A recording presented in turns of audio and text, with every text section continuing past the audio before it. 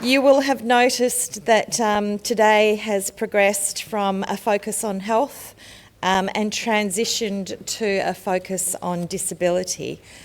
You would have also heard from Tissa's presentation that World Brain Day tomorrow, the theme is around brain health and disability. So we thought it would be good to end these sessions with a focus on disability, and I'm absolutely delighted that Marion Hailes-MacDonald has joined us from the Office of Disability to give our closing address. So a little bit about Marion, my page. So many of you will know that the Office of Disability is new, so Marion has had extensive experience within the disability sector and has led significant funding and policy direction and reform across both state and national agendas. In May 2022, she became the first director of WA's Office of Disability. She was involved in the initial design of the NDIS and oversaw changes across the disability landscape and WA's transition on the NDIS. So she is here to talk to us today about brain health and disability and the theme of leave no one behind, especially in terms of advancing health equality. Please welcome Marion to the podium.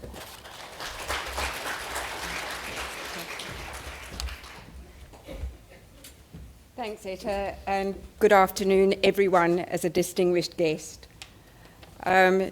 Today's talk about leaving no one behind is the fact that disability is everybody's business, because we're all in this together. And I understand that today you've been really stimulated by a range of experts, that you've actually met lots of people and had been stimulated, and all with the same passion and all with the same interests, but all playing very different roles. And I think that's so important, that we all play different roles, whether it be in the health space, the community space, or the disability space. Because all of us are really focused on delivering better outcomes for anybody who's neurodiverse, anybody who has a neurological condition, and anybody who has a disability. Kane mentioned the West Australian Disability Service, or West Australian strategy, and Australian governments right across, whether they be federal or state, have all signed up to a range of conventions, treaties, strategies, and they really direct the way we deliver services and we build our communities. And what we're all aiming for with those treaties is advancing human rights and about accessible and diverse communities, about respecting and valuing difference. And in Western Australia, we work with the State Disability Strategy. It's a 10-year plan. It's being implemented through a series of 2-year action plans, and that aligns with the State Disability Strategy, or the Australian Disability Strategy. And these strategies are really important. I know we talk about policy, I know we talk about strategies, and people think, oh yeah, it's only as good as when the rubber hits the road. And it truly is only as good as when the rubber hits the road. But they're good because they're a set of endorsed positions. They give the direction and the expectation of what should happen and what we should be doing. And in the case of West Australia, that means about building diverse, inclusive, and valuable communities. So the West Australian strategy was developed with people with disability, and it's for good reason that it's called a West Australian for everyone. And as I said, a strategy is only as good as when it hits the road, and that's where the work of the Office of the Disability comes in. It's a new office. It's really focused on working with agencies, with services, and through that working with the community to actually both show people how to actually work and include people with disability, but also recognise and value the diversity that difference and diversity brings to our society. I know that sometimes when I look at it, it really seems such an enormous challenge, and I know for all of you working in this field, I've heard it this afternoon, is sometimes we feel as a small group, how do we influence things and how do we change things? But I sometimes go back to the adage that somebody told me years ago, and that was, how do you eat an elephant? One bite at a time. And if we're all doing it together, doing lots of little bites, we might get there a lot quicker. And at times, as I said, the change seems enormous, but when I look back at things, things have changed. People with disability used to be paraded. They used to be excluded in asylums and prisons. And that would have included people with acquired brain injury, with Huntington's disease, with various neurological conditions. So there have been changes over the last 100 years, particularly when I look at the change in the model of disability, which is really looking at the social model of disability, where it doesn't look at the person having the problem, it's about society creating the barriers. And that's why strategies are so important, because it's about how do we change society to recognise and value the diversity of different in society.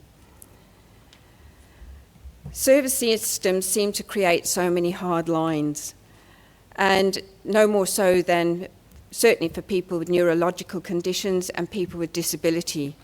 And certainly for people with neurological conditions, that hard line between who does what for who in a health system, an aged care system, and a disability system, and then that transition between them, and what people can get from different systems and the gatekeeping that can go on. And for some people, it's more acceptable to say that they've got a medical condition rather than that they have a disability. And in many respects, why should we say we have a disability? And somebody mentioned earlier that it's easier for the daughter with disability to be recognised because she has a visible disability. For certainly a lot of people with neurological conditions, their condition is not visible. And so therefore, they don't necessarily get recognised as needing the supports that somebody with disability would have. And so hopefully, in time, we will actually have people recognised as having different talents that they can contribute, but also actually needing support to do that. So if our services and communities were more accessible and inclusive, the limitations that people experience would be lessened, and if there was readily available information in ways that they could digest it and understand it, they'd be able to navigate systems a lot better.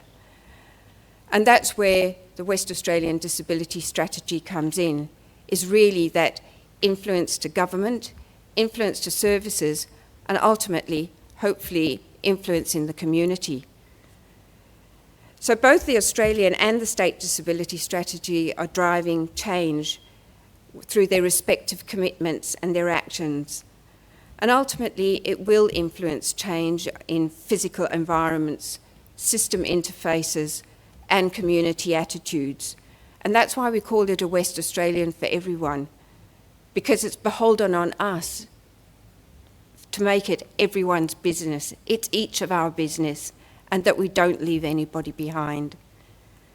So I trust that you've had a really great day, that you've heard new information, you've learned you've heard different insights, different perspectives, and you've made new connections, and that was certainly evident from the information that I heard from the panels today, that those connections are vital. And I know certainly from the Office of Disability, we're not a huge office, and so our connections are vital, and our communication with each other is vital, because that's the way we can actually influence both government and actually society. So whatever our roles, we're actually all driving for the same outcomes. Better support and services for people who are neurodiverse, who have neurological conditions, or who may consider that they have a disability. But it's also for their families as well. And to actually have a society that is more accepting and adjusted to people who are different, who may have different talents, who may contribute in a different way, but we all contribute. So thank you all for attending. I hope you've had a wonderful day and travel well. So thank you.